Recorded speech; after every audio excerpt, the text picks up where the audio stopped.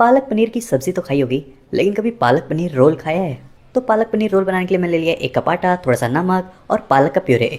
और पालक का प्यूरे बनाने के लिए बस मैंने पालक को पानी के साथ घुमा लिया था मिक्सी में। फिर इसे पिसे हुए पालक के साथ अच्छी तरह से घोट लो और इसे साइड में रख दो।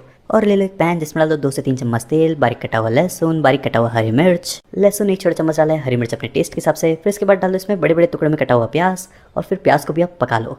फिर प्याज पकाने के बाद डाल दो इसमें बड़े बड़े टुकड़ों में कटा हुआ शिमला मिर्च, और शिमला मिर्च को भी बस हल्का फुल्का पकाने के बाद डाल दो इसमें नमक। नमक के साथ आधा चम्मच कश्मीरी लाल मिर्च पाउडर, 1 चम्मच गरम मसाला, और फिर इन्हें मिला लो।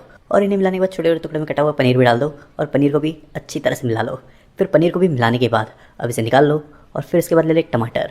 टमाटर को चारों ही साइड से गैस पर अच्छी तरह से सेक लो। इसे तब तक सेको जब तक इसके छिलके खुद ब खुद अलग ना हो जाए। और फिर इसे सेकने के बाद अब इसे डाल दो मिक्सी जार में। साथ में डाल दो सूखे लाल मिर्च जिसे उबाल लिया था, साथ में 2 हरी मिर्च, 4 से 5 के लहसुन की, थोड़ा सा नमक, आधा चम्मच धनिया पाउडर, थोड़ा सा काली मिर्च पाउडर भी, और 2 चम्मच विनेगर भी, एक छोटा टुकड़ा गुड़ का, और पानी। पानी तो देखो 1/4 कप डाल दिया है। फिर अब इसे मिक्सी में घुमा लो, और इसे अच्छे से मिक्सी में घुमाने के बाद जो आटा गूंथ लिया था अब उसे ले लो।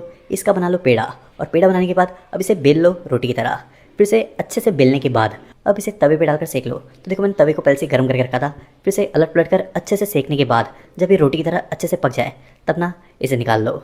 और फिर इसे निकालने के बाद सबसे पहले इसके ऊपर इस तरह से कटे हुए पत्ता को भी डाल दो। फिर जो फिलिंग तैयार की थी अब उसे भी डाल दो। ऊपर से डाल दो स्लाइसेस में कटे हुए प्याज, स्लाइसेस में कटे हुए टमाटर, हरी चटनी, और जो लाल वाली चटनी तैयार किया था मिक्सी में वो भी डाल दो। फिर इसके ऊपर डाल दो आखिर में बारीक बारीक कटा हुआ धनिया, और इसे इस तरह से फोल्ड करने के बाद अब इसे गर्म गर्म खा लो।